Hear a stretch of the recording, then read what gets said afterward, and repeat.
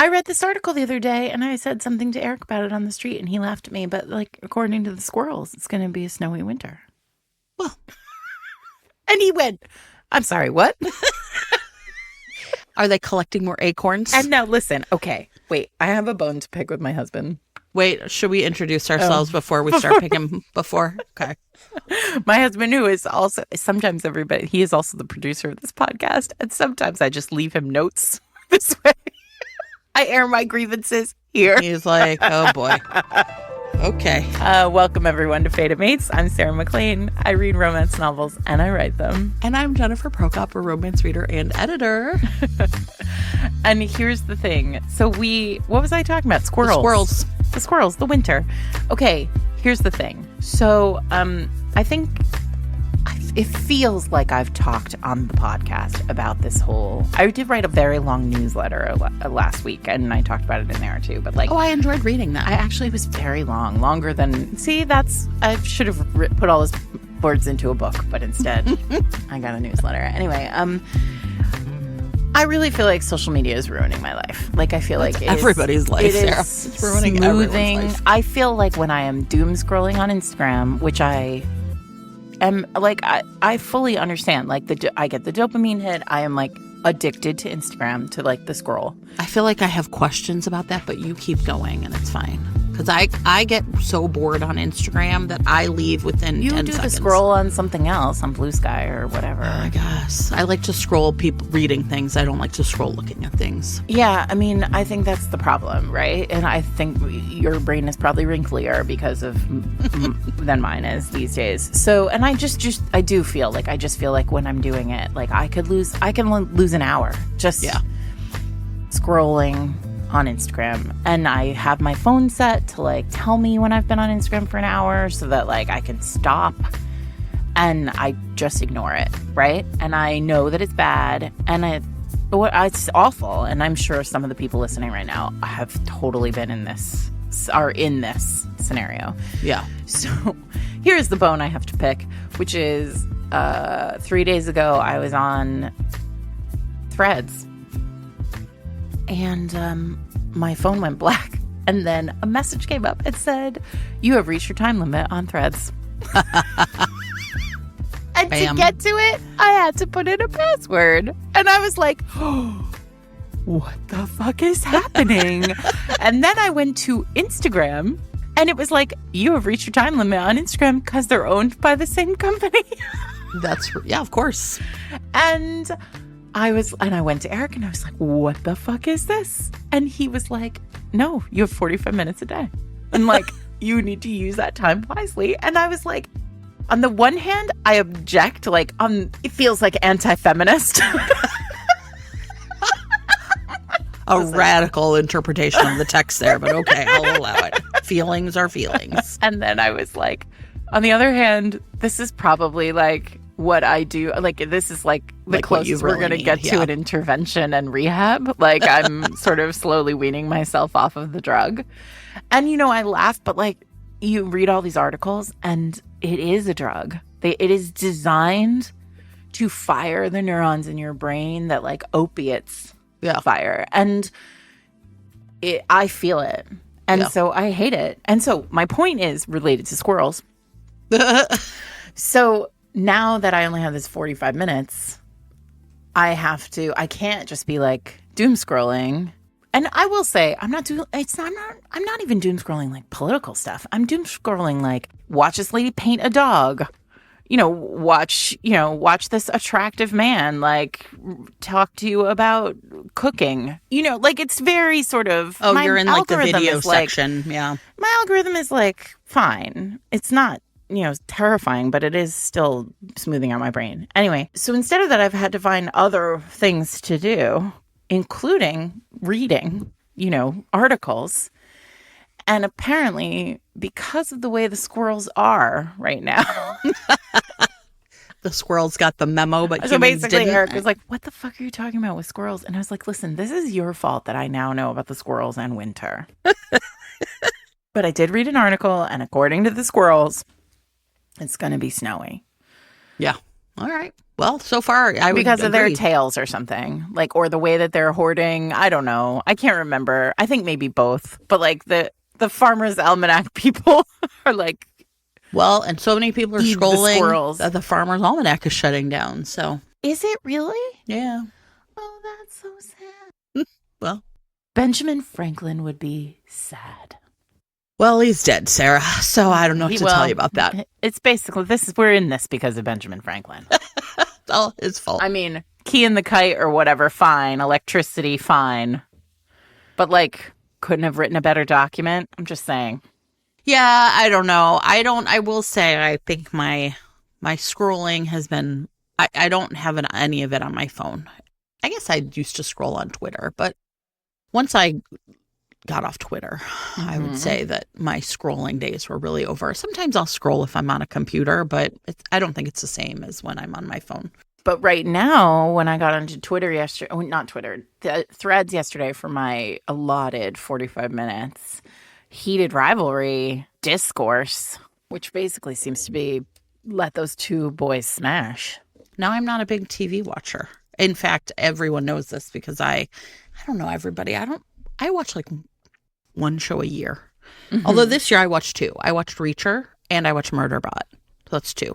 And then Little Romance has been home, and sometimes we'll hang out and we'll watch like Criminal Minds. But I feel like that's mostly because I want to hang out with my kid before he moves to LA. That's like jellyfish in an ocean washing. Exactly. But I don't ever really do. And it's because he's home. So anyway, I was like, I don't know if I can commit to watching a third show in 1 year. I'm sorry. That must be too much. And I have like 1 hour of watching in me like a week.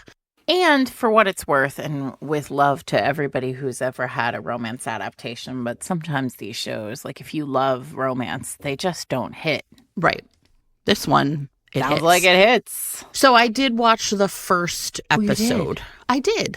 I did. I was very proud of myself. I mean, you guys, I'm sorry. I know all of you are like, she's being such an asshole right now. But like when you don't watch TV, like watching TV is just so much work. You have to like, I don't know, HBO Max, please. Okay, anyway. So I did watch the first episode, and I will tell you, it's great.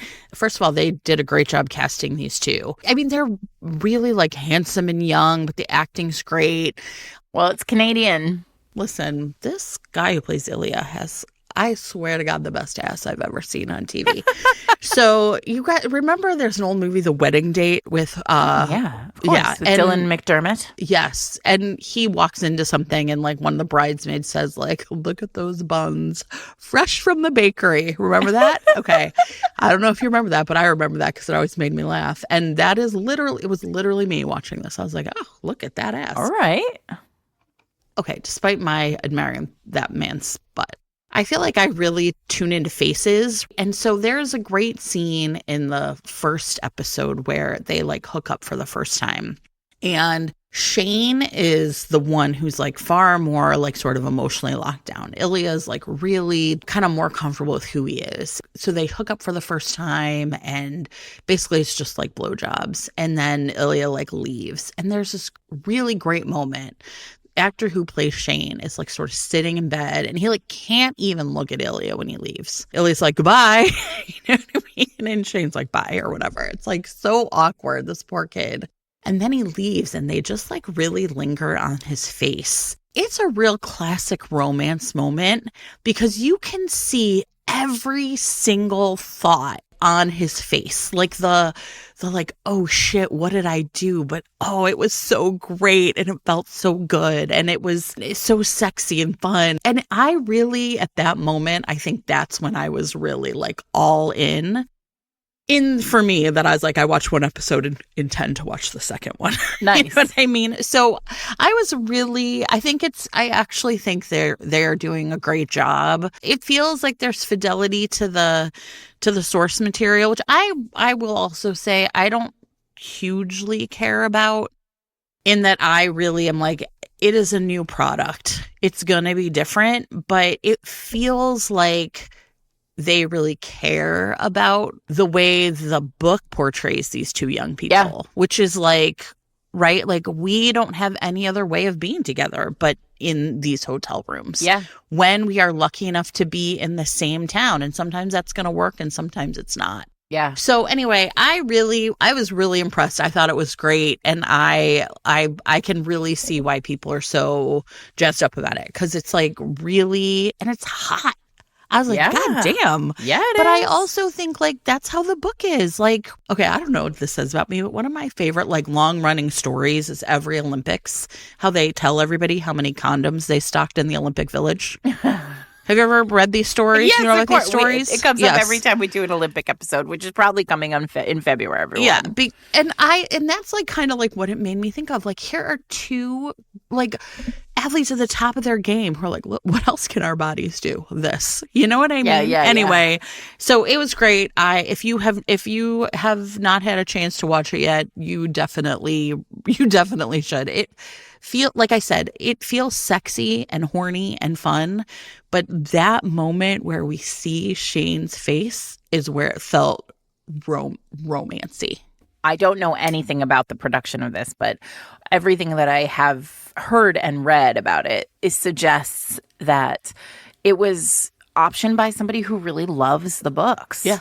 And care. I mean, like, and the truth is that if you have your project optioned by somebody who loves your book, it is going to just be a better production, I think, because it's going to be from some. And listen, I'm sure everybody who has ever optioned a project has been like, I love this book. But there's a difference between I love this book and like, oh my God, I must have this book. Well, and I guess I would also say, I think part of the reason I feel the way I feel about it, it's very different. Like, you're a writer, right? And I'm just a reader and a viewer. But my sister-in-law writes for TV. And I will never forget something she said to me once, which was, really great books can make boring TV shows, and bad books can make great TV shows. Yeah. In the hands of the right production team and showrunner, right? They're going to make the best TV show. Yep. And I think that's like to me, I don't feel any sort of way. I mean, I guess if it didn't end in an HEA, I'd be pissed, right? But even then, frankly, I'm not sure. Like, TV is just different. So it was great, though. Like I said, this scene where, like I said, Shane's face, I was like, that was the moment that I really was like, this is romance, this moment, right? So it was awesome. So yeah. Check it out, everybody. Well, it's also sort of like Christmas for romance adaptations this week, because today, Savvy Sheldon Feels Good as Hell, which is a romance by Taj McCoy, is out as a TV show on the CW. Oh, really? See, I didn't even know. Or actually, I think, I'm sorry, it's not a TV show. It's a movie. Oh, fun. But so that's exciting. That's something to watch, too, if you love a romance. And Amber Riley is the lead in it, and she's great. And so, I mean, and then I think what else? We had the bird watching movie, which was an adaptation of Birding with Benefits. And then Mason Deaver's I Wish You All the Best is out, too, which I think is YA. I think they just wrote their first like adult romance was the Build a Boyfriend project. So yeah. I do think we are sort of in an age where there's going to be more of these, and I think this is again why, like, if you're invested in them, like, keep watching them, and like, find those authors and buy those books. I mean, it's really interesting, of course, too, like, coming to these as like a romance fan and knowing the source material versus people who haven't read the books or don't know anything about the genre of romance. And so I think that's the other thing. Like, I try not to fight with people, but I also sometimes fight with people, and that's just the way I am. I will say also the word on the street is that People We Meet on Vacation, which comes out in January, is tremendously good. Oh, yeah, that's right. I forgot about that. I think some people have seen it already, and not me, everyone. Nobody cares about what I think, but apparently it's great. Well, see, there you go. So, and that feels like it'll be right because everybody loves Emily, and also that book that was written by Yulin Kwong, and she is also a romance novelist. So there you go. Yeah. Look, it feels like we're 25, 26. romance things are happening, which is exciting. This week's episode of Fated Mates is brought to you by Bailey Seaborn, author of Peppermint Bark, No Bite. Grace Alvarez, our heroine, has spent years building a chosen family after being rejected by her own. And that family now is her hospital patients, her yoga students, and her best friend Mallory's family. Those are her home. So when it comes to relationships, her wish list doesn't need or include romance, except Mallory's older brother Alex storms back into town, arrogant, a workaholic, and absolutely everything Grace has sworn she would avoid. But when she needs an emergency Santa for sick kids at the hospital, Alex reluctantly agrees. And suddenly, seeing her compassion with these kids, his carefully controlled world starts to crack because he's making a connection with Grace, and things are heating up faster than caramel on the stove. They are stealing kisses, and it doesn't just happen under the mistletoe. But Grace has spent years rebuilding a family after her biological family rejected her for being transgender, and she will not risk her friendship for a man who is in California with a whole life. So Alex is finally learning that some things matter more than making a partner. And can this grumpy lawyer and this sunshiny social worker turn their holiday fling into a lifetime? I hope so. So if you would like to find out, check it out in Peppermint Bark, No Bite. It is available in print and with your monthly subscription to Kindle Unlimited.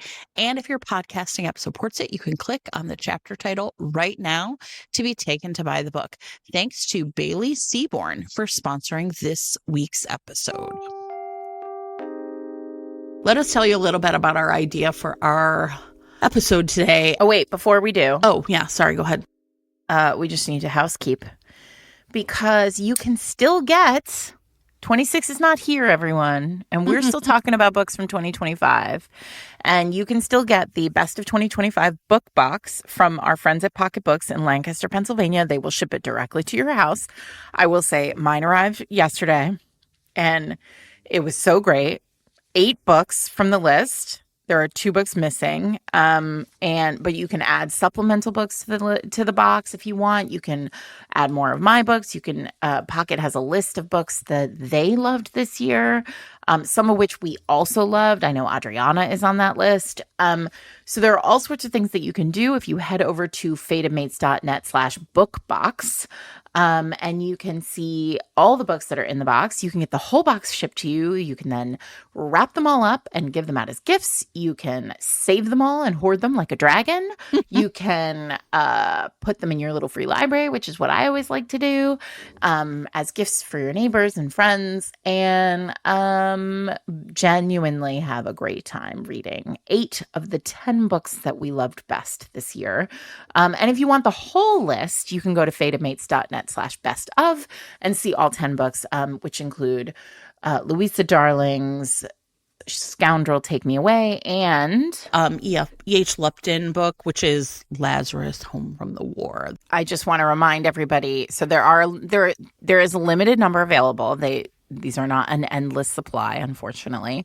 But also, if you purchase from Pocket right now, you get the whole box for 25% off, which, I mean, you get it for $110, 8 books. And honestly, I don't know where you would buy 8 books for that, physical copies for that anywhere anymore. And since it's like Small Business Saturday and the whole idea is like supporting local independent shops at this time of year, right? Like this is a great, I don't know, just do it, everybody. You're not going to regret it. Every penny you put into a small business is a penny that does not go into Jeff Bezos and Elon Musk's pocket.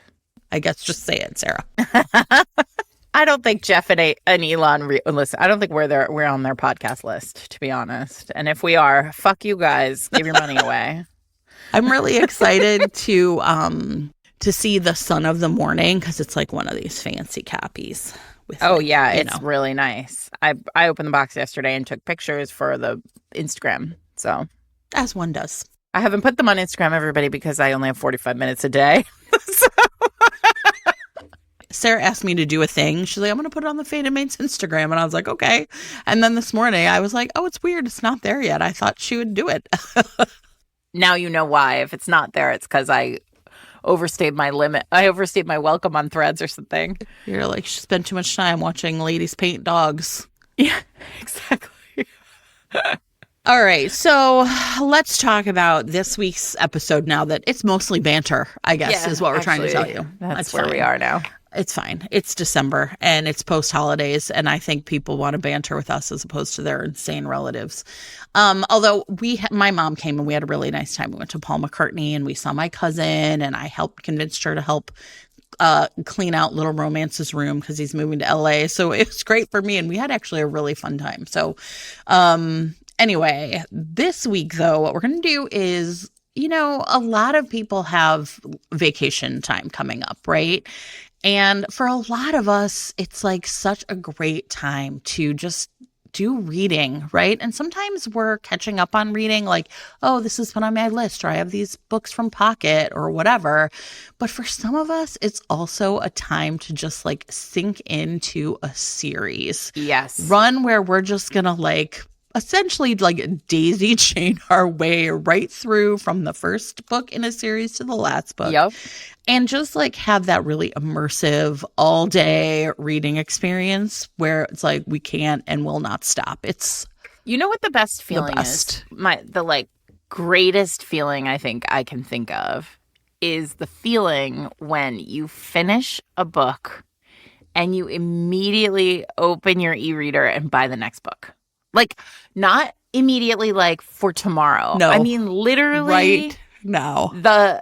I just finished and then immediately started the next one. And I will tell you that the keenest memory I have of this is the reason why this podcast exists, which is Kresley Cole's Immortals After Dark series. And we have to talk about it because I was at an event in Brooklyn at a library a couple of weeks ago, and I was in conversation with Nora Dahlia, who is a friend, and we were talking out sort of in the green room before the event, and she mentioned that she's never really read a paranormal series or a romantasy series. She's like, I can't really, it's not, dragons aren't for me. I don't really. And I was like, Nora, we've been friends for 12 years. And I'm like, are you telling me that you've never read Immortals After Dark? And she was like, no. And I was like, I am about to change your whole fucking life. Because December is a rough time when you have kids in school, you have family, you're traveling all over. You just want something that just you can escape into at any time. And I told her about the beginning of A Hunger Like No Other. And I was like, you who cut your teeth on Joanna Lindsay are gonna have a great time. And I will tell you that my sale of that book always is that I finished, I don't even know which one did it to me, but I finished a book of that series. I know exactly where I was. I was in my old apartment on my couch. And I finished it, and it was 8:30 in the evening, and I immediately opened my Kindle and bought the next one and started it. Yes, I did that with, I did that in and out of IAD. I did not read all 18 like that, obviously, but, the Game Maker series, I literally did it like that, where I finished whatever the first one is. The player, the professional, and then immediately it was the master. Boom, I read them in 2 days.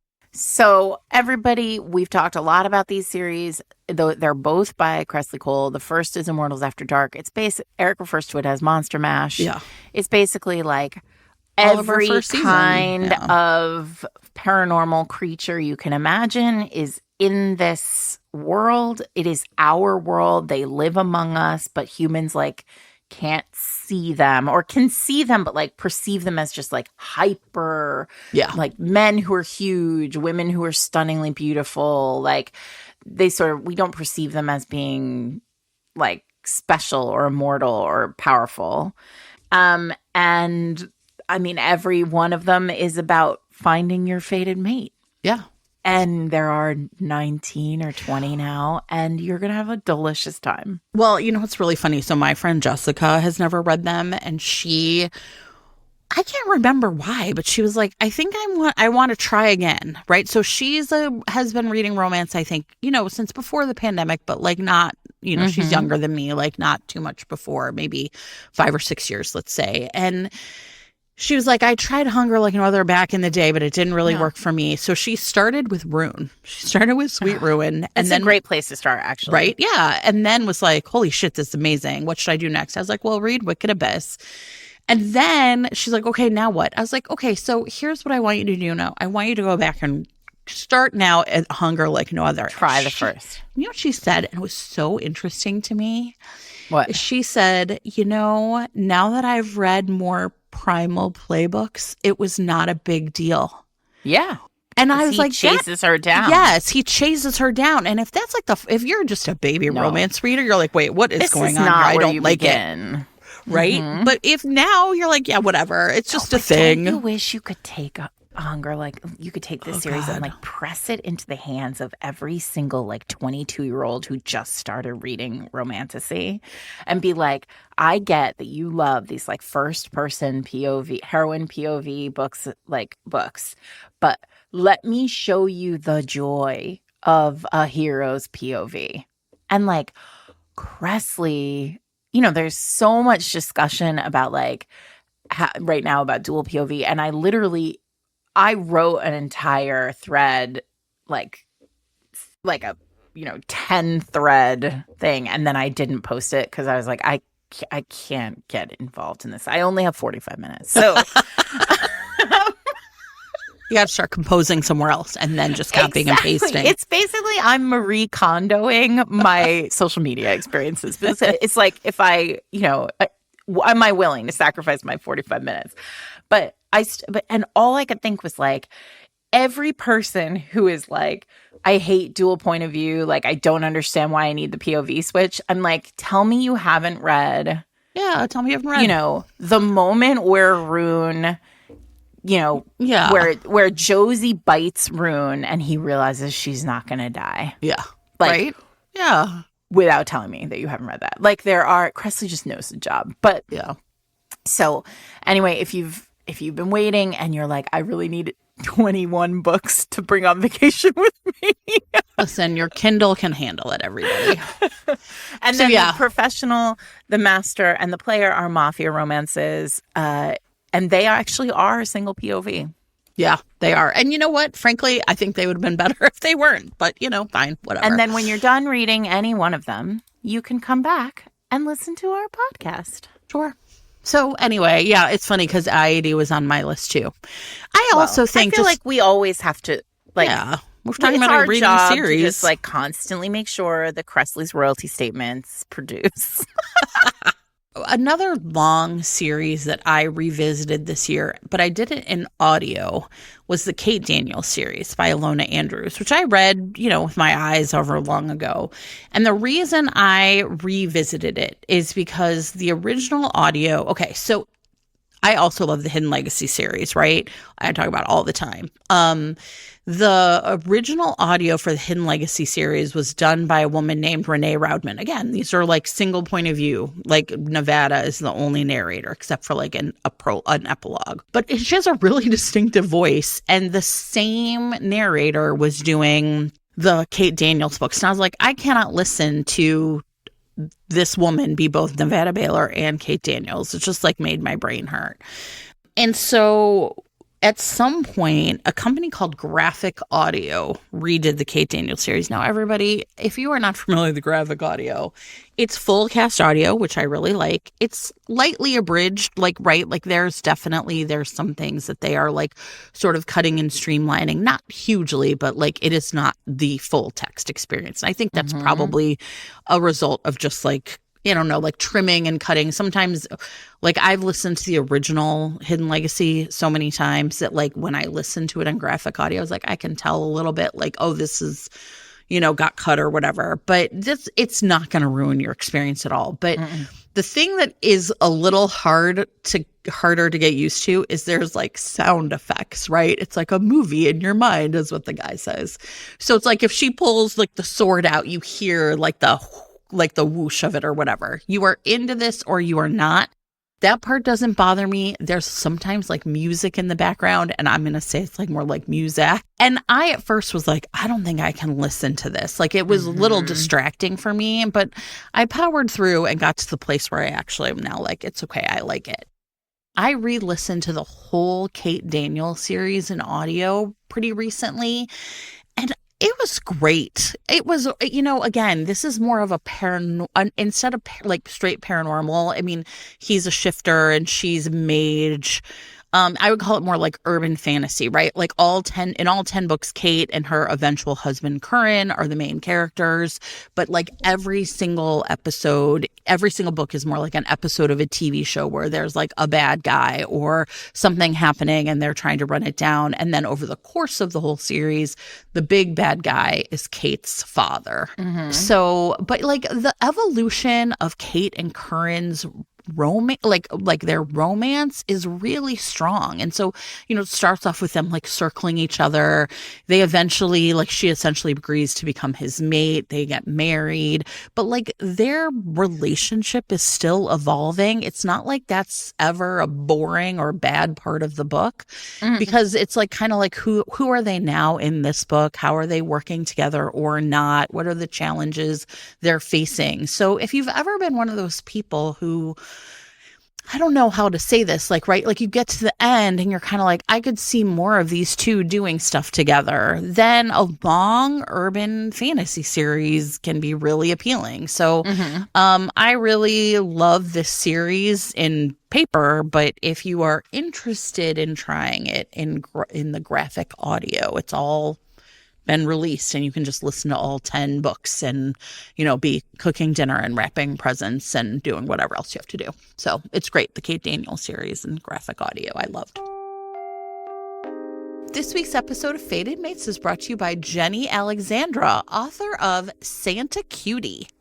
Melody Whitaker doesn't just love Christmas. She worships it. She's one of those people who can't get past the twinkle lights, the trees, the Hallmark movie marathons, hot toddies, and caroling. And she just loves every bit of Christmas, thanks in part to having fled a holiday-hating cult. And this year, she is ready to bring it even bigger. She has signed up to play Mrs. Claus at a local nursing home, and she is ready to bring holiday cheer to absolutely everybody. This is like Buddy the Elf turned lady in a romance novel. You can imagine she's a delight for people who love Christmas, and really the opposite of a delight for brooding, grumpy, hot dudes who are forced to play Santa to her Mrs. Claus at the nursing home and who kind of hate Christmas. And that is what we have in Eben. Maybe it's the mistletoe, though, because Melody can't stop looking at him and flirting with him and falling for him. And she is ready to just accept the Christmas miracle that is falling in love with this hot Santa. But the Christmas nursing home pageant goes ho horribly wrong. And Melody is left wondering if Christmas spirit can save the season and if it can thaw Eben's very frosty heart. All right. If you would like to check out Santa Cutie, it is available in print or with your monthly subscription to Kindle Unlimited. And if your podcasting app supports it, you can click on the chapter title right now to be taken to buy the book. Thanks to Jenny Alexandra for sponsoring this week's episode. I love a book with a family tree at the front of it, right?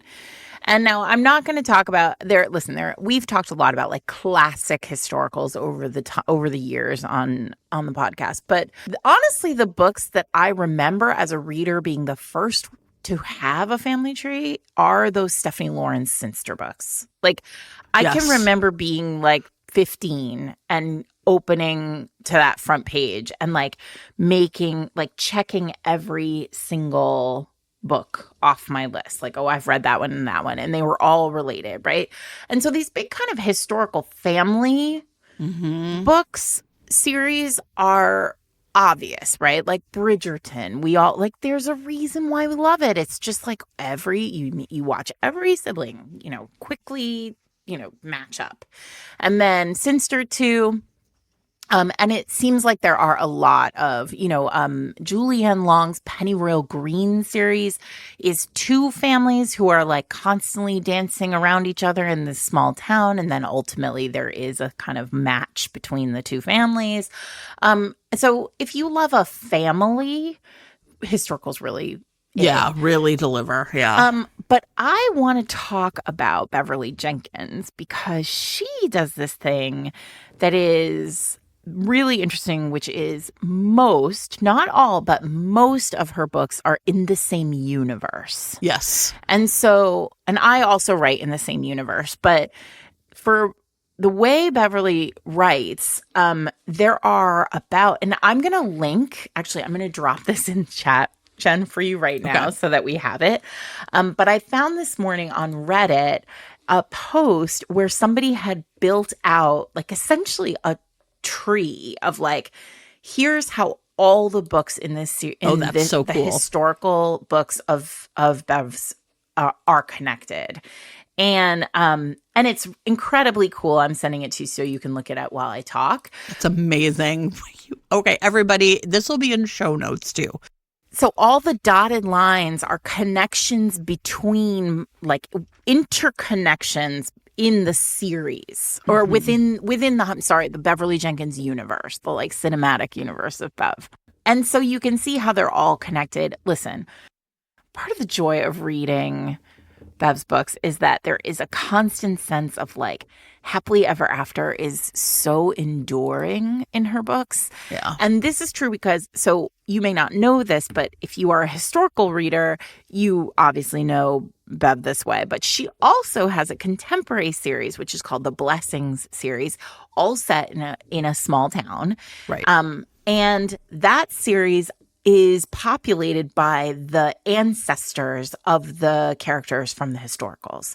So there is this just sense of like the enduring power of love through all of her books. Like, I always joke, like, no one ever dies in my universe, but like people die in Bev's universe, but they've died after like living long lives and having children who then like come forward into 2025 and are still living like happy, love-filled lives. It's terrific. Yeah. So we're going to post, I'll link to this post. I want to give a shout out to the person who posted this in historical romance. The historical romance Reddit channel is named Emotional Cloud 2779. So thank you, Emotional Cloud. That's cool. Yeah, that's amazing. And I just want to say, like, part of anybody who's been reading romance for a long time knows that like there is a real joy in getting to like book 25 of a series and seeing a character from book 3. Yeah. Kind of like wander past, or putting together like, oh my God, like, Tempest's like male main character is the brother to the female main character in Wild Rain, right? And those books are not next to each other. Right. And so like, it just feels great. And I love when writers go back and forth, when they move around, when they pick a character up from 2 series ago and bring them forward and connect them in a new series. I love it so much that that's what I do with my books. But Bev really does it in this like one. She is the template for how to do this. Yeah. Yeah. And it's funny because I was going to bring this up too. I think that you can then also like read a strain. You know what I mean? Like, I'm just going to read the Levesque books, right? Or I'm just going to read, these standalones. But like, you sort of see it all together. And I just really, it's so rewarding. I don't know how else to say it, especially because I feel like so many of us read, like, we read so fast, or we read kind of, we're reading over years and decades ourselves. And then to like sort of go back and then kind of be like, oh, I remember this character. And then you want to like circle back and read their book. And, I just think that it's the best feeling. But yeah, the person who did this is a genius because it has I mean, I think there's also a way like people are really interesting in the way they sort of show their like love and appreciation for an author. Like this like family tree, it's like more like a timeline, but it has all this information like embedded in it, right? So it's like you see all the books,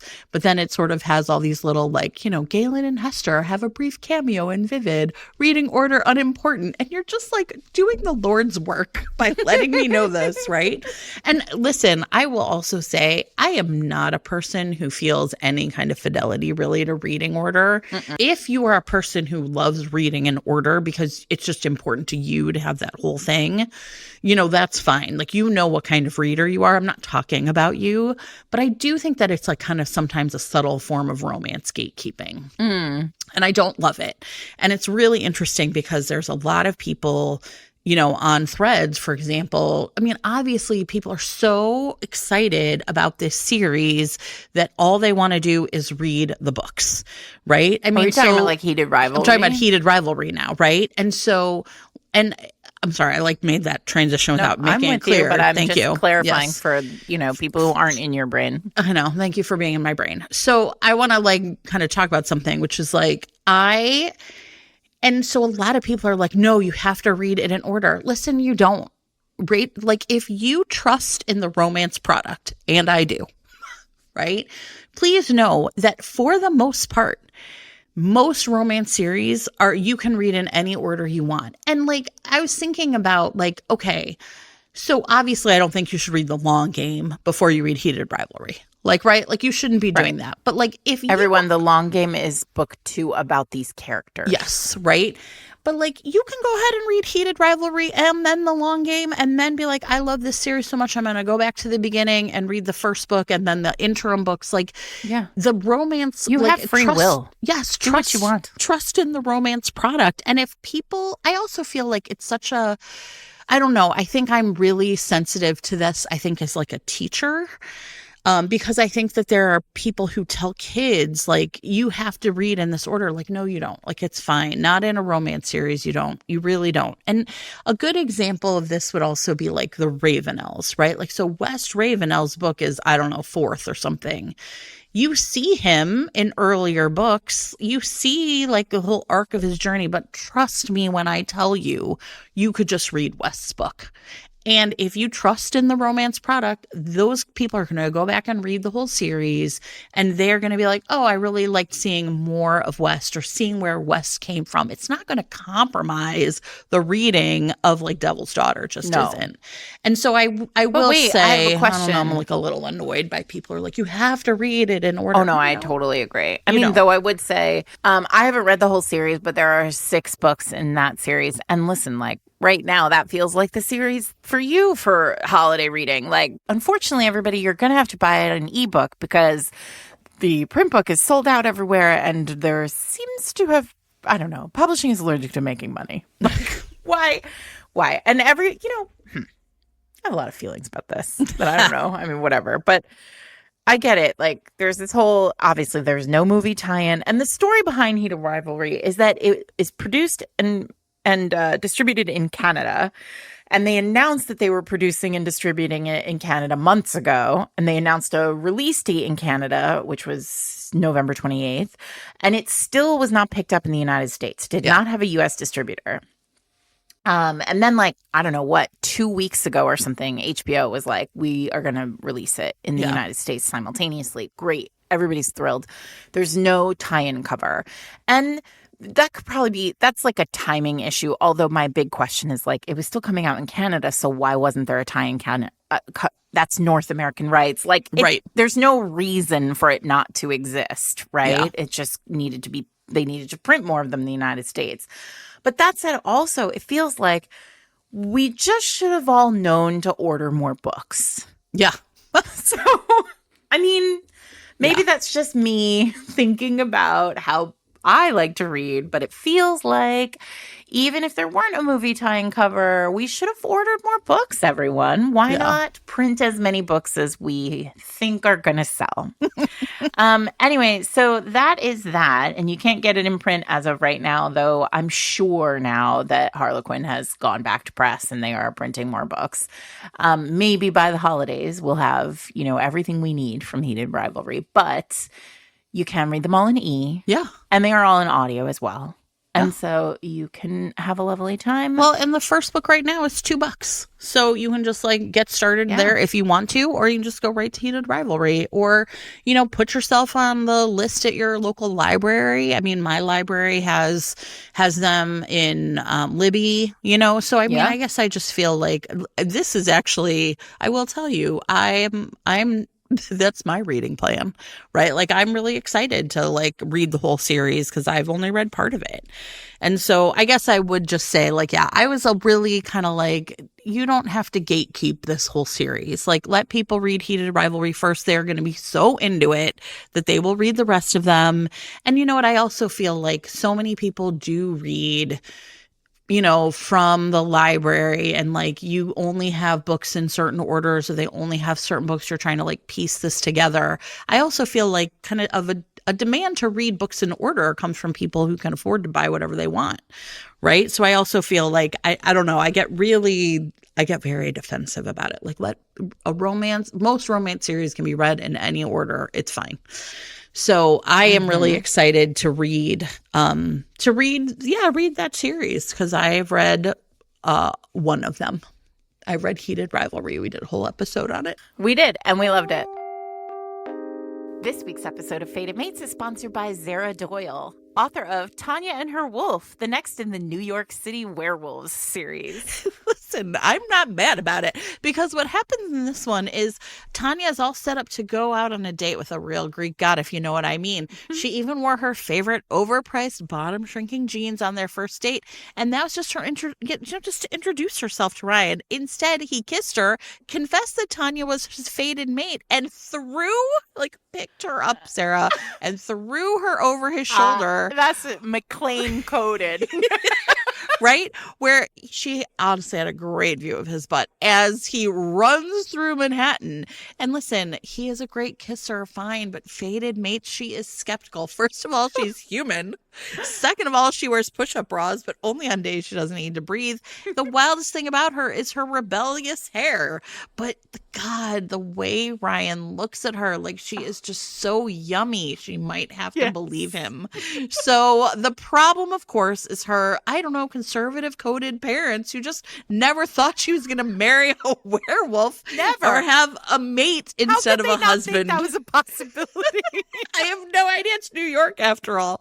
So by the time she finds out, she's in love, living in his incredible apartment, and pregnant. So there's a lot going on for Tanya, and I think honestly it sounds like everybody's gonna have a great time. There's a lot going on for Tanya. Anyway, if there's a lot going on for you too, I think this book will give you a lot of joy, and you can read it right now in print, audiobook, ebook, or with your monthly subscription to Kindle Unlimited. If you, like me, are interested in reading it right now, you can click on the chapter title and be taken directly to buy the book. Thanks to Zara Doyle, as always, for sponsoring this week's episode. This is actually a second kind of series, right? So we talked about really long series or really big worlds, right? But I think for me, I have a lot of unfinished series, right? Series where the truth is, everybody, I've got a full-time job. I'm often reading for the podcast. I'm editing. I don't always have the time I used to just read what I want, right? Often I'm now reading for another purpose, and that's not a bad thing. I'm never sad to be reading for the podcast, but it just means there are lots of series I've sort of what I would say left on the road, right? I started them and I was like, God, I love this. I have to finish it. And then I haven't done it. And I think that one of the things I want to do is really think about how can I, kind of finish some of those series coming up. And I have a lot of books like this where I've read one or two, but I'm either waiting on the third book to come out, or I just I forgot that it was coming out and I missed it. Or like I just, like with the Game Changers series, like I just haven't had time to read those other 5 books. So I'm always looking forward to that. So I have a couple of examples, and you're going to think I'm great because these are all really fun. Okay. So everybody knows that I love Theodora Taylor. Yep. Author of Waylon, My Bay. And Theodora Taylor has this series. It's called The Irish Shifters. And the first one is called Her Irish Wolves. Nice. Perfect. The plot is essentially that like there is this like almost like the sect of like a Mennonite women who like, know nothing about anything, but they're also like shifters or something. And sure. And so in the first book, the woman is going to see her sister's like wedding in Scotland. And what happens is, and she really has felt really like it has been, she's not been happy in this like, Mennonite, it's called, I think, Wolfenite, fine, sect, right? Like she really wants to have like a life of her own outside of this like very like stultifying kind of religious sect or whatever. So what happens though is like she and all of the other like girls get kidnapped. Fine. And she ends up with like this one king, and there's like these 3 kings. And so the first one is about the Irish wolves. The second one is about the Irish bears. Yes. Yes, Sarah. Yes, tremendous work, everyone. Correct. I've read both of these. And coming in February, and you guys, I have to tell you, I literally cannot wait for this. So I guess I'm not reading this right away, but like this is like a kind of like waiting I'm doing, is Her Irish Dragons. Yes. And that's all I want. Terrific work. Yes, it's all I want, right? Everyone. Theodora Taylor also went to Smith College, and so I'm very proud to share an alma mater with this lady because terrific work. If you have her email, just tell her I'm waiting for the Irish Dragons, okay? But I think, like, I guess what I would say is, for me, like, I put this on the list because it also is like, okay, so yes, I'm like waiting, like anxiously waiting to finish the series. But the thing is like Theodora Taylor is one of those authors that to me is going to deliver every time. Yeah. So if there's ever a moment where you're kind of like, what do I want to read next? Sometimes it's like, go to your go-to authors, find a series, right? And just go to town. And, she has so many different series. There's like a new one. Yeah.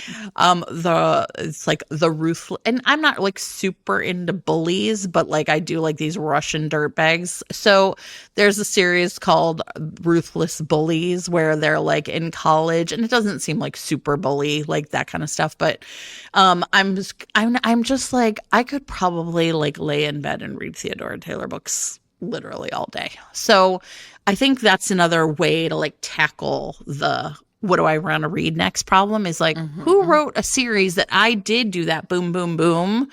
And then like, what have they come out with lately or back in the day that you haven't read, and just like have a nice time. Enjoy yourself. Well, since you said like this kind of like lay in bed, boom, boom, boom thing, I feel like we have to do a one-handed read series sure.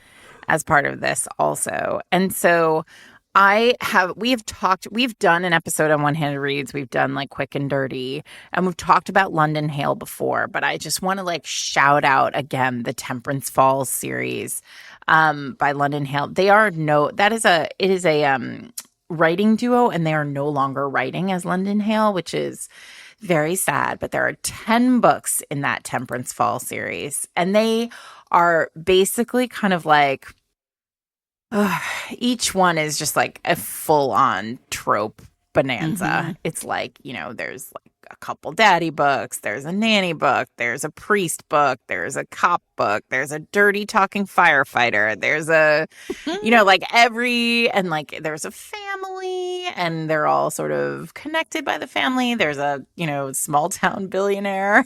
Like, Sure. if you have a kind of problematic fave of a trope that you don't like to really talk about, but you do like to read when you're just sort of having a couple hours to yourself on a Christmas wrapping day, London Hale is going to do great for you. So I want to shout them out because I think they're terrific. And we probably haven't talked about them in a little while. So new listeners maybe haven't heard me. Yeah, I would like to say a recent series like that to me was those Elizabeth Robay series.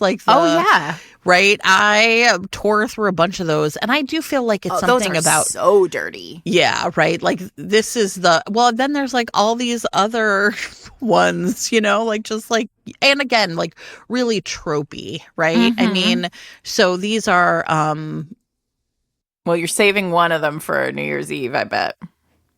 Of course, yes, right? But correct. Everybody, stay tuned for New Year's Eve. We're just going to tell you right now, you're going to need your headphones in for that one. Like, just put them in right always, now, as a matter of fact, just to prepare. Exactly. So, yeah, there's like a bunch of those that are just like really fast. And, I read the one that we did an ad for, but then His Duchess's Lovers. But then, I read a whole other series called A Few Good Bucks. Yeah, of course. So I bet you can tell what that was about. So anyway, those are also really fun. So yeah, I think that sometimes that's true. That's really what Kindle Unlimited is frankly for. Yes. Okay, I want to talk about Lorraine Heath because I always want to talk about Lorraine Heath, but I want to talk about an old series of Lorraine's where she does the same thing that Beverly Jenkins is doing with like a universe of people. And the reason why I immediately thought about her and thought about this episode actually is because I was reading for the Best of the Year episode, I was reading A Tempest of Desire, which I put on the Best of the Year list. Again, you can get the whole box of Best of the Year books from Pocket Books, a terrific bookstore in Lancaster, Pennsylvania at fatedmates.net/bookbox. But I put Lorraine's book on the Best of the Year book because for lots of reasons, not the least of which is Lorraine's books are always like top tier. Like even the worst Lorraine Heath book is better than so many romance novels. My favorite Lorraine series, and this is probably just because, you always remember your first, right? is the Scoundrels of St. James series, which is the premise of this series is there are 4 kids. Actually, I think there are 5 kids, and they all grow up. No, it's 5 boys and 1 girl, and they all grow up kind of like on the streets in Covent Garden working for, it's like a retelling of like Oliver Twist sort of, where they work for, a kind of monstrous dude who they're all pickpockets, they're all trained in, like crime. And it turns out that one of them is actually an earl. And then, of course, it turns out that like more than one of them is actually a something, right? But and then each one of them sort of matches up, and this is if you love a class difference story, like these books are for you. All of them are like, one is a duke, the other one is, or one is like a like highborn lady, and the other one is like a literal street criminal. So these are very fun. They installed a lot of my buttons. There are 5 of those books there are 5 books in the original Scoundrels of St. James series, or there were 4, and then she wrote a 5th like 10 years later when they told her she could write about a doctor. Mm-hmm. Because for a while we weren't allowed to write doctor romances in Regency because they wild. Sure. When people say like, oh, we couldn't write about those things, like everybody's like, how is that even possible? Like when I started, I wanted to write a series about doctors. Yeah. And my editor told me too, like, you can't write about doctors because it's gross. Yeah. Interesting. And I was like, well, it is kind of gross, but like, people love the pit, but I guess that didn't exist back then. It's fine, whatever. So now people can write doctors, or maybe just Lorraine can write a doctor. I've never tried. So anyway, so then what ends up happening is she then does like the second generation, which Lisa does and others. But it's interesting because Lorraine's books are second generation, but they are so light touch. Mm-hmm. Like when Lisa delivered her second generation, series, the Ravenels, the Ravenels, like it felt like we were reading so much of the kind of wallflower characters in these books. A Tempest of Desire, he is the child of the characters in the first book in Bed with the Devil, which is the first book of Scoundrels of St. James. And it took me like half a book to put it together. And then of course, like they need a doctor. So like they go to the doctor from Scoundrels of St. James, or like they need a police officer and they go to like the Bow Street Runner from Scoundrels of St. James. Like it's sort of she's using the characters from that first series, but it's so light touch. Yeah.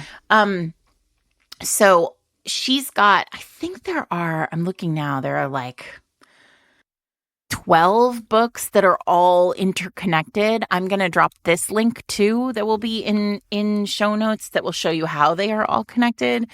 But I would say you do not have to read these in any form, even if you are like I must read in order.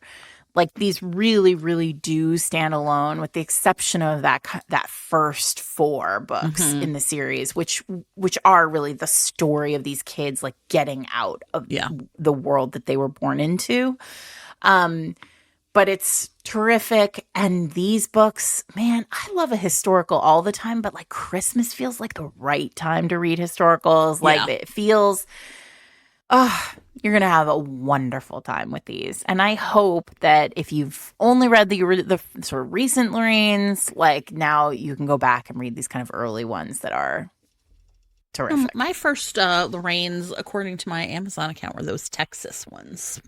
Oh, well, those are even older. Yeah. And there are only 3, I think, of those. Yeah, I think so. And she like, I don't know if she even started in American Set. But these 4, if you haven't read these, Jen, you really should. They are really fun. I've read some of them. I mean, I think this is like the thing. Of course, I've read some of them, but I haven't read them all. Yeah. I think that's also what's like really interesting is like when you get into that situation. Oh, you know what? I was going to talk about the Farrah Heron books that are all set in Toronto. These are all, now this is like an author who I think of as being someone who delivers a great book that I love every time. But it's really interesting because they aren't really a series as much as they are like loosely interconnected. And I'm not even talking about, I guess it would be like more like the universe model. But I think that these are books that I just really like super enjoy. And I like really like one of these authors that I don't think there's ever been a book by Farrah Heron I have not liked. And they're all like sort of different. The characters are really different. They deal with a bunch of different things. And they're all set in Toronto. And it's clear that like they're sort of like a big extended friend group. I put Jana Goes Wild on the best of list a couple of years ago. But since then, there have been a couple of other books that Camilla Knows Best was one. Just Playing House came out then a couple of years ago, and this is one where one of the main characters is having a double mastectomy because she has the gene for breast cancer, and she's just like gonna take care of it, and she ends up meeting an old high school rival who needs essentially a place to stay and agrees to like take care of her after kind of post surgery in order to like stay in her house, which is going to be closer to his movie set. And then this year's was called A Little Holiday Fling. And I didn't talk about it on our recent holiday episode because we basically like ran out of time. But in this one, Ruby is, I really like this book a lot. She is the characters are not Christian. Right. But they really like sort of engage with the idea of like, this book engages with the idea of like, what does it mean to enjoy like the festiveness of a holiday you don't celebrate, especially when it is so such a big deal. And so Ruby is like, actually, this is what she hopes is her last year in Toronto. She's always wanted to like move to England and work for a B&B, but she lives in Toronto, instead works in like really high-end retail. And she ends up meeting Rashid, who is like not a holiday guy at all, but he's got these young nieces. And there's this classic scene where he like helps her drag a Christmas tree into her house. And it turns out that they like sort of have friends in common. And his family owns a hotel chain in England. And so she's kind of like, well, I'm going to offer to help this guy with his nieces, and maybe he'll offer to help me. And he kind of sees right through this, but still they end up sort of having this like fling for the duration of like the holiday season. So I think that this would be an example of like books where like maybe you've read one or two of the other ones, but you might not even realize like these are not like sort of sold as like a series or anything. They're all really like standalones that like have these like kind of distant connections. But I think that like, again, for me, often like these people that just like deliver one great book every year and I cannot wait to read it. Farrah Heron is an example of that. And so because this one in particular starts with a holiday romance, and like I said, it's really more about like, what does it mean to celebrate holidays as a family and as a community, and like what does it do to bring people together? So and especially like when it's not your holiday. So I thought this was great, and like I said, I really feel like these are books that I love. This. She's just like I said, an author that delivers every single time. So I would really recommend those Farrah Heron books. And this one that came out this year is called A Little Holiday Fling. This week's episode of Fate Mates is sponsored by Blue Box Press, publishers of J.R. Ward's Black Dagger Brotherhood 20th Anniversary Insider's Guide. What a cool thing. Yeah, this is going to be a great gift for someone in your life, right? So obviously the Black Dagger Brotherhood series has millions of devoted readers across the globe. And to celebrate 2 decades of the brothers, J.R. Ward opens the door to their world once more. Inside the Insider's Guide, Ward reflects on the journey, sharing behind-the-scenes moments, heartfelt memories, writing advice, and insight into the challenges and triumphs of this long and legendary series. She brings back the original brothers in a mix of classic content and never-before-seen material, including a brand new novella called Happy Anniversary about Wrath and Beth, Brotherhood updates as JR interviews the brothers to reveal where they are now, fan favorite features such as Ask Your Brother and Vicious's Agony Ant Column and Kitchen Corner with Fritz, and then playlists, monthly horoscopes, and more. This just sounds really fun. It really, really does. It sounds like it's exactly what you want if you or someone you love is a Black Dagger Brotherhood fan. You can get the 20th anniversary Black Dagger Brotherhood Insider's Guide right now in print, ebook, or audiobook, which sounds super fun. And if your podcasting app supports it, you can click on the chapter title right now to be taken to buy the book. Thanks to Blue Box Press and to J.R. Ward for sponsoring this week's episode. I think we have to talk about Ruby Dixon. Fair. And it's interesting because as I've been sitting here, I've been like, Jen, we never did a deep dive on a Ruby Dixon book. Yeah, that seems wild. And it feels like we should do Ice Planet Barbarians. So everybody, like, stay tuned, because I actually think that next year I'm going to require us to do an Ice Planet Barbarians deep dive, because it feels crazy that we haven't. All right, you've all heard of Ruby Dixon. You've all heard of the Ice Planet Barbarians. And I mean, when these books, okay, here's my story about Ice Planet Barbarians, which I will tell again on our deep dive. But when these books came out, God, it was a decade ago. I mean, it feels like a long time ago that these books came out. I can remember being on the phone with Sophie Jordan in my bed. Mm-hmm. And her going, you don't understand. It's so good. Like, yeah. She's like, Sarah, I've read 6 of these in a week. Like, cannot stop.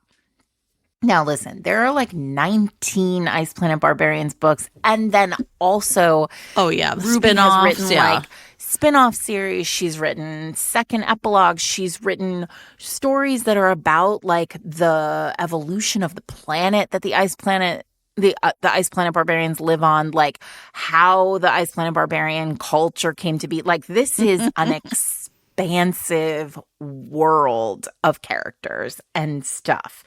And what I would say is, you don't have to care about any of that.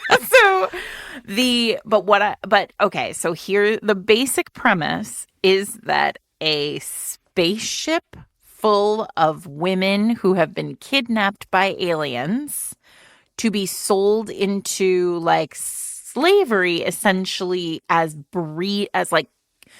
because they're all like healthy and of breeding age, crash lands on an ice planet far in the distance. And there's no hope of them getting back to Earth.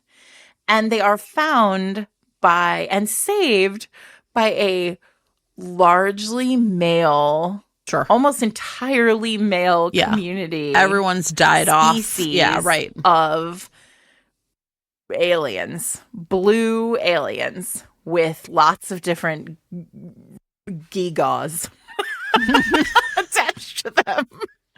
And like Ice Planet Barbarians begins like with this blue alien. Once the blue alien appears, like he's basically like, there's no communication. They can't communicate. They don't speak they don't speak each other's language at the beginning of the book. Like, it's very clever the way it's all structured. And it's, we'll get into it when we do our deep dive. But the reality is that like the rest of this series is just like these men connecting and like falling and like, finding their fated mates with these human women who have landed on the planet. And it feels like that's just too simple for a series. And yet you are going to tear through these books. They're shorter too. And I think like a series where it's like all dopamine. You know what I mean? Like, it really is. It's like there's no downtime whatsoever. And I think it's just like I will say too, like the current KU model of like every book is 1,000 pages or whatever. Okay, that's hyperbole, but only a little. Not always, right? As opposed to like an earlier KU model that was like every book's going to be 150 pages. Mm-hmm. They go down so easy, and I think that there's something to really be said for that. But I think, that's fun. We should definitely do some Ice Planet Barbarians. I mean, they're just it. Listen, you know what it is? You just said it. It's so fun. Yeah, and you feel like I feel like one of the challenges right now with romance is like we're forgetting. I forget who it was on Threads who talked about how like the best thing about romance heroes is that they know they're a camp, right? Like we know romance should have a kind of level of camp to it. And I think one of the struggles that I'm having as a reader in romance is that the campiness of romance is part of what like scratches that kind of really primitive itch for me as a reader. Like, I want to feel it in my chest. Yeah. And in order for us to do that, like there is sort of a requirement that it's a little camp that like some scenery chewing, right? Dialed up to 11 in a really this is why I also let me tell you something, everybody. This like trend, and it's not a trend anymore. Years in, it can't be a trend anymore, but this way that like so many of us are marketing our books with like a line from a sex scene, and I'm always like deeply grossed out by it. Not because I'm not into sex scenes, but because like it loses all the, like you said, the scenery chewing, the like dialing the feelings up to 11, and it's just like a line of like, ugh, right? Yeah. And I also think like sometimes the line of like big feelings can like hit that way too, like just be like deeply cheesy. Yeah. Right? Instead of like in the moment you're reading and you're like, oh, it doesn't matter that it was so cheesy. It was like the greatest thing anybody's ever said to anybody else. It's so romantic, right? And I think when we are pulling our punches as writers and we're starting to think about like, how do I write, quote, realistic romance, right? We're losing the fun. We're losing the like, this is a delight to read. This book makes me laugh. Like when Sophie Jordan told me exactly what happens in the first 2 chapters of Ice Planet Barbarians, I howled with laughter. Yeah. And that's what I want. And these books are so fun. And yeah, I mean, like if you buy them in print, good luck explaining it to everybody, but you're going to have a great time. I want to talk about a series that I have found very like old school in its kind of mentality and it's like what it's delivering, but very like new in like the package, which is like these are like essentially, you know, young college students, and it's like hockey, like kind of like situated in hockey. But okay, so the series is called The Undone by Peyton Corinne. I've talked about these books before. The first one's called Unsteady, the second one's called Unloved, and the third one, which comes out in April. Again, I'm sorry, I'm talking about future books, and I have it on my Kindle, and I haven't been able to read it yet, but I'm really sad about it. It's called Unbound. And the thing about this, okay, so it's like they're seniors in college and, you know, these guys are hockey players or whatever. So like this to me is like, you couldn't be more like topical. This is what people want. Like, give me more hockey, right? But what these books delivered is like all of these people on Threads who are like, I just want to read books with yearning. Please let me tell you, you should read these books, because it's the kind of like real, I think the thing that makes, listen, I'm old now, but reading those books makes me feel young. And the reason I'm saying that is because, especially in like the first book, as I just remember in college and in my early 20s, like really longing for connection and longing to like, oh my God, I was so obsessed with this one guy when I was a sophomore in college, right? And all I wanted was him. And I had no idea how to make that happen. And it never did happen. But I think my point is like these books really show young people who, instead of being like masters of the universe, right? Like Shane and Ilya are essentially like literally like the most like they're like Angel Reese and Caitlin Clark, right? Like they are the most accomplished young professional athletes in hockey. Like but like feelings wise, they're a mess because they don't know how to do anything because they're young. They're 21, they're 22. And I think that these books really situate us in like, what would it be like if Shane and Ilya were like on the same campus, right? And so in the first book, it's like Reese essentially has, at the end of the previous season, had got hit during a hockey game so hard that he essentially like blacked out and has been really trying to recover, but is almost like suffering from PTSD. While Sadie is like trying to keep herself in college on a figure skating scholarship, and also be responsible for her younger brothers because her dad's like a drunk. So like these are young people that just have the weight of the world on their shoulders, and they are like attracted to each other, but also just like, oh, it's just like too much. Like, how are we supposed to be together under these circumstances? In the second book, Freddie is the character, and he's essentially like on the hockey team. Everybody thinks he's like this golden like god of hockey. Everything's perfect for him. All the, you know, everybody wants to be him, but nobody knows that he is essentially like about to fail out of school, right? Because he has dyslexia and dyscalculia. I don't know if I'm saying that right. And ADHD. Like he literally is like, yeah, I'm great at hockey, but I'm bad at everything else about school, and this is school. And so Ro becomes his tutor, and she's the one who figures out like he should have been getting services from the university that he wasn't getting, and yet he's so like ashamed and embarrassed by this. He is like internalized a story where he's like blaming himself, right? And so my point is like these are like, I just found these books, if you're just like, I want to wallow in angst, right? Which is sometimes, listen, I just want to lay in bed and like wallow in people's feelings of not being good enough, not just for each other, but for the world. Yeah.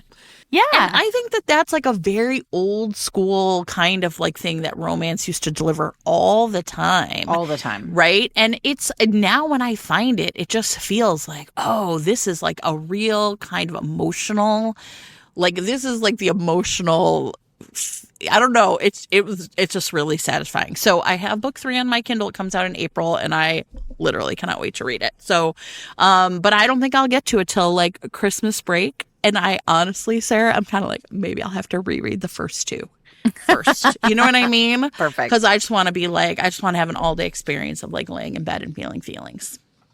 Amazing. Yeah. What else? I'm trying to think of like other big long series that you can really sink your teeth into. Like, I have other sort of 3-book series that I really enjoy. See, I think I enjoy a 3-book series. I will say I find like a super long series sometimes can be, it feels like a little too much. You know what I mean? Yeah. Like, I'm like, do I have time for this? But like a 3-book series is so God tier, like just boom. Yeah. I understand. I think there are a lot of them in category. Oh, yeah. I mean, right? Category is a great place to go for. I mean, if you go to, say, Amanda Sinelli, right? Like, she is selling books to Harlequin that are kind of, they're all interconnected, right? Like, she's right now writing an F1 series, I think, about billionaires in F1. Sure. It's called like the Fast Track Billionaires Club.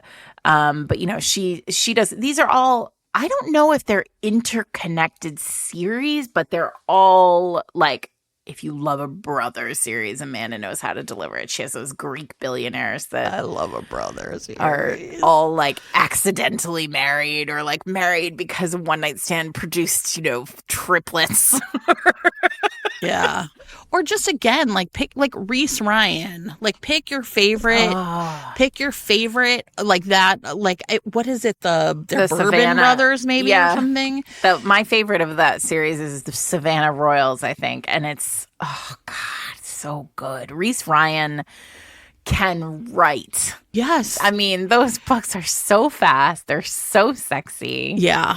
And so I guess interestingly, what you're sort of coming to is in category, part of the joy of category, and we obviously sing the praises of category all the time, but one of the big joys of category is finding a category writer who you love and then just reading everything by them. So it's not a series necessarily, but you just know anytime you pick up a book by like, I have my people, right? Yeah. Who I know anytime I pick up a Reese Ryan book, a Kathleen O'Reilly book, a Amanda Sinelli book, like I'm going to have a great time. Naima Simone wrote so many categories. Oh God, so fun. Yeah. And categories are so fun too because you can do what Jen and I do, which is go on eBay. Oh yeah. Buy yourself like a box of 12 for $3.50. Yes. And then have a great time. Just read them leave them by your bedside and one after another, like candy. Yeah, no. So, I mean, I guess I would also just say, yeah. I mean, like is it Lucy Morris who writes all those Viking books and Harlequin Historical? Listen, that is a good example of somebody who, like, I've not read enough Lucy Morris, but recently I was at this retreat with Adriana and Joanna where we were talking about historicals and, like, what we really want from historicals and, like, what we really loved reading and what we miss reading. And I really do love a Viking romance. Yeah. Which I was reminded by The Bone King and the Starling, which I also put on the best of the year list, and is a Viking kind of edging up on romantasy kind of romance, and I should say low fantasy, meaning like there's very little magic in there. It's just a lot of killing. But anyway, you can listen to that episode. Like that. That's terrible. No, it's not. I mean, they deserve the killing, so it's fine. So Vikings, Men in Fur.